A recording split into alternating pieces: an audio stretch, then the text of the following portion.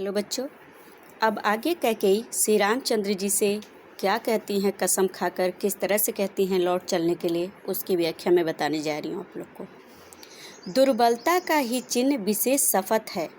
कैकेयी कहती हैं कि जो मनुष्य विशेष रूप से कसम खाता है कि नहीं अब मैं इस चीज़ का कसम खा रहा हूँ, तो उसकी सबसे बड़ी कमजोरी ही होती है।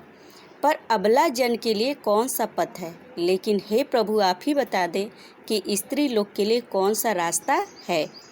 यदि मैं उकसाई गई भरत से हूँ, यदि मैं भरत के द्वारा उकसाई गई हूँ कि मैं आपको वनवास भेज दूँ और उसके लिए राज्य मांग लूँ, तो पति समान ही स्वयं पुत्र को भी खोऊँ। जो पति से बढ़कर मेरा पुत्र है, आज मैं उसे भी खो दूँ। ठहरो, मत रोको मुझे, कहूँ सो सुन लो। हे प्रभु श्री रामचंद्र जी, जो मैं कह रही हूँ उसे सुन लो, मुझे मत रोको। पाओ यदि उसमें सार, उसे सब चुन लो। अगर मैं जो कह रही हूँ उसमें थोड़ा सा भी तत्व पा रहे हो तो उसे चुनकर रख लो। करके पहाड़ सा पाप मौन रह जाऊँ, पहाड़ के जैसा पाप करके आज मैं चुप रह जाऊँ। राई भर भी अनुताप न करने पाऊँ। कहती हैं कैकेयी, क्या सरसों के बराबर भी मैं दुख उत्पन्न न कर पाऊँ। थी सनक्षत्र शशि निशा ओस टपकाती। नक्षत्रों के द्वार से चंद्रमा रात्रि में ओस को की बूंदों को टपका रही थी। रोती थी नीरव सभा हृदय थपकाती। शांत सभाएं हृदय पर अपनी थपकियाँ देकर रो रही थी।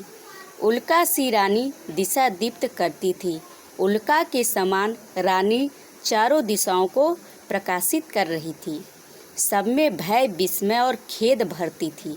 सब में भय, आश्चर्य और दुख को भर रही थी। वह क्या कर सकती थी मरी मंथरा दासी।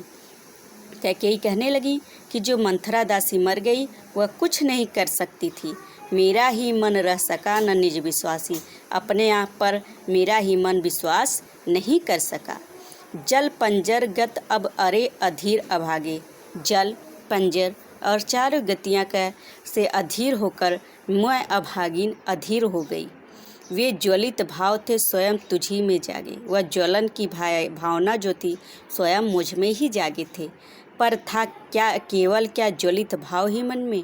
हे पुत्र, तुम ही बताओ, क्या सिर्फ जलन की भावना मेरे मन में थी? क्या शेष बचा था कुछ न और इस जन्म में? क्या इस संसार में कुछ और शेष नहीं बचा था? कुछ मूल्य नहीं, वात्सल्य मात्र क्या तेरा? हे पुत्र, क्या तुम्हारा कोई मूल्य नहीं था? पर आज अन्य सा हुआ वत्स भी मेरा। आज परायो जैसा मेरा अपना पुत्र भरत भी हो गया। थूके मुझ पर त्रैलोक्य भले ही थूके। ये तीनों लोग भले ही मुझ पर थूके तो थूकने दो। जो कोई जो कहे सके कहे क्यों चुके। जो कोई अगर कोई कुछ कह रहा है तो उसे कहने दो, वह चुकने न पाए। अर्थात कहती हैं कैकेयी जी कि जो स्त्री लोग कसम खाती हैं वह उनकी सबसे बड़ी कमजोरी होती है। लेकिन स्त्रियों के लिए कोई रास्ता दूसरा नहीं होता अपना साक्ष्य देने के लिए। हे राम, अगर मैं भरत के द्वारा उकसाई गई तो मैं पति के समान पुत्र भी खो दूँ। तुम लोग रुको, मुझे मत रोको। अभी जो मैं कह रही हूँ उसे सुन लो। अगर उसमें कोई भी तत्व पा रहे हो तो उसे चुनकर रख लो। मैंने पहाड़ के जैसा पाप किया फिर भी चुप रहूं। क्या मैं थोड़ा सा भी दुख नहीं कर सकती हूँ? उस समय रात्रि में चंद्रमा से ओस की बूंदें टपक रही थी और शांत सभाएं अपने हृदय पर हाथ पटक पटक कर रो रही थी।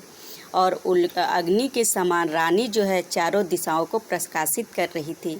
सब में भय, आश्चर्य और दुख को वह भर रही थी। क्या रानी कहने लगी कि हे राम, मरी हुई मंथरा दासी कुछ नहीं कर सकती थी, क्योंकि मेरा ही मन अपने आप पर विश्वास नहीं कर सका था। मेरा ही मन अधीर हो गया था। मुझ जैसी अभागिन में ही यह जलन की भावना जाग उठेगी। पर क्या यह जलन की भावना ही मन में थी मेरे? कुछ और शेष मेरे हृदय में नहीं बचा था? और इस संसार में क्या पुत्र के प्रति कोई मूल्य नहीं था मेरा? हे पुत्र, आज मैंने अपने पुत्र को भी खो दिया और वह पराया हो गया मुझे समझता है। अगर यह तीनों लोग मुझ पर थूक रहा है तो थूकने दो, लेकिन जो अगर जिसके मन में है वह कह दे, कोई भी इस बात से कभी मत चूके।